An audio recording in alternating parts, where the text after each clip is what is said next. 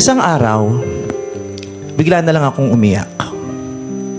Dahil sa palo ng isang kamay sa aking puwitan, napabunghalit ako ng iyak.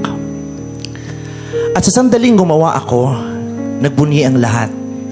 Dahil buhay ako at yun pala ang hudyat. Buhay ang sanggol na iniluwal ng isang babae. Isang babae na sa loob ng 9 na buwan ay binitbit sa kanyang sinapupunan ang bunga ng binhi na sa kanya ipununla ng lalaking kanyang pinakamamahal. At sa labis na kagalakan, sadyang hindi napigilan na ang luhay pumatak. Dahil sa wakas ay isinilang na ang sanggol na tatawagin niyang anak. Anak. Ang isinilang niyang sanggol ay tatawaging anak. At ang babae na halos di pa makaagulapay dahil sa hirap ng pinagdaanan ay parang lantang gulay at pilit na inaabot para umakbay sa sanggol na nagwawala ngunit sa kanya'y kumakaway ay ang babaeng tinaguriang nanay. Ang babaeng di makaagulapay at sa hirap ay parang lantang gulay ay ang babaeng tinaguriang nanay. Sa sandaling yon ako'y umiyak. Ako'y naging anak. Ako'y naging anak dahil sa isang nanay. Isang araw bigla akong umiyak dahil sa gutom at uhaw napabunghalit ako ng iyak. At sa sandaling gumawa ako ay may isang babae humahango sa pagbangon at dali-daling inililis ang kanyang suot na lumang kamison, piniga ang kanyang pagod at puyat na dibdib at ang katas nito ay nagpatahimik sa akin na parang may anghel na sumanib sa bawat patak ay napawi ang iyak. Iyak ng sanggol na tinatawag niyang anak. At ang babaeng di makaagulapay at sa hirap ay parang lantang gulay ay ang babaeng tinaguriang nanay. Isang araw bigla akong umiyak dahil ako'y nadapa at sa hapdi ng sugat ay napabunghalit ako ng iyak. At sa sandaling gumawa ako ay may isang babaeng napasigaw. Di alintana ang sandamakmak niyang bitbit at tulad ng isang asong nakakita ng buto ay kumaripas sa pagtakbo para ako'y ibangon mula sa lupang kinasusubsuban ko. Nang ako'y kanyang naitayo ay pinagpag niya ang nadungisan kong damit. Kitang-kita sa kanyang mata ang labis na pag-alala at niyakap niya ako ng mahigpit. Ang nagdurugong sugat ay dahang-dahang hinipan upang ang hapdi ay tuluyang lumunsan. Sa bawat ihip ay napawi ang iyak. Iyak ng bata na tinatawag niyang anak.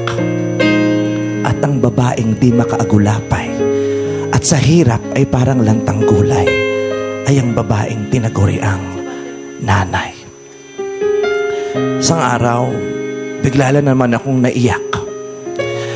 Dahil Christmas party mamaya at wala akong pang-exchange gift at sa takot kong mapahiya at tuksuhin ng mga kaklase na pabunghalit ako ng iyak.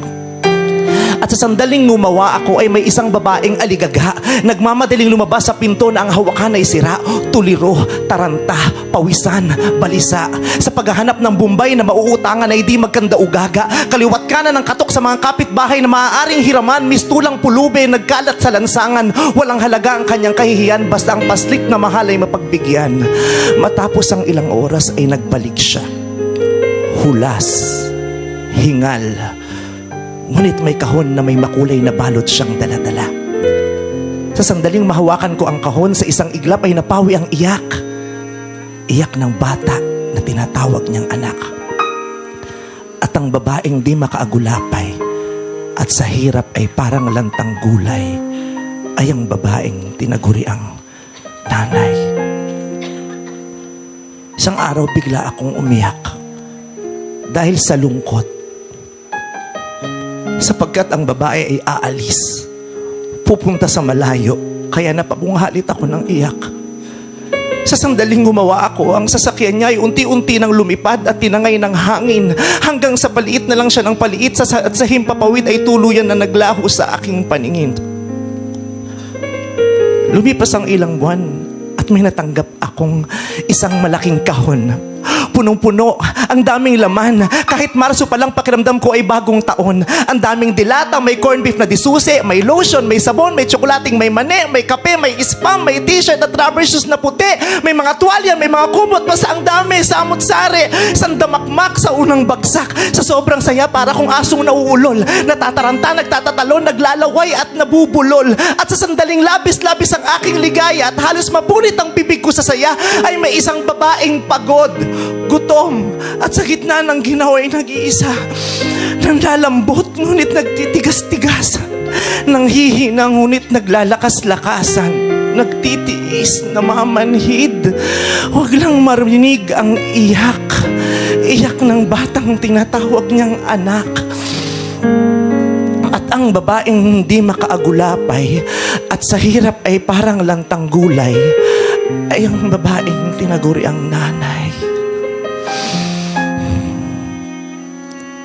Isang araw bigla akong umiyak dahil may dumating na namang kahon. At sa labis sa tarantang makita ang laman, napabunghalit ako ng iyak.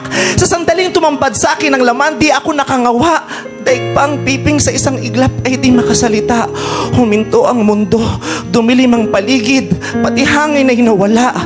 Di makapaniwalang ang laman ng kahon ay ang babaeng sa akin ay gumawa. Ang dating sa hirap at halos di makaagulapay ay tuluyan nang nawala ng buhay.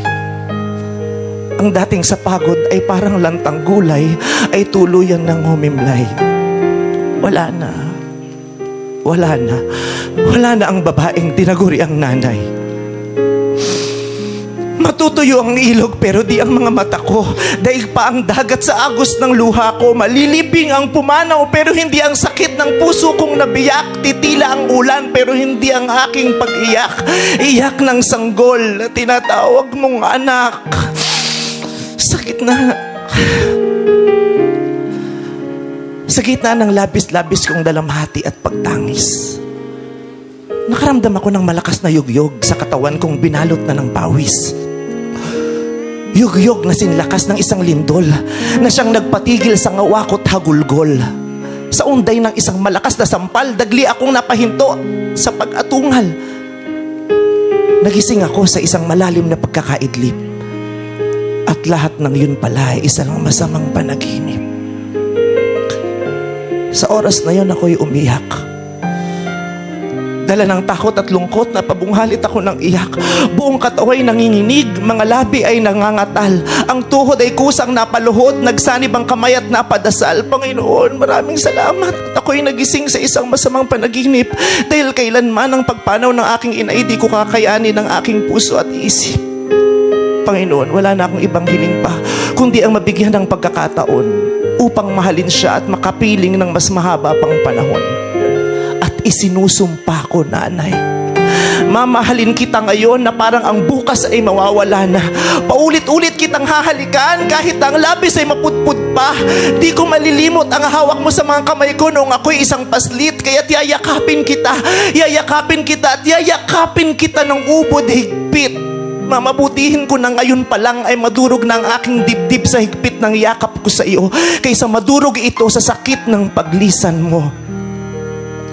Ito ang panalangin kasabay ng pag-iyak.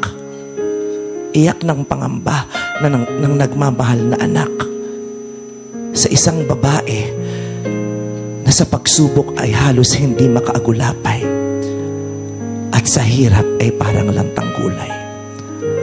Ang babae na aking pinakamamahal, ang babae na tinatawag kong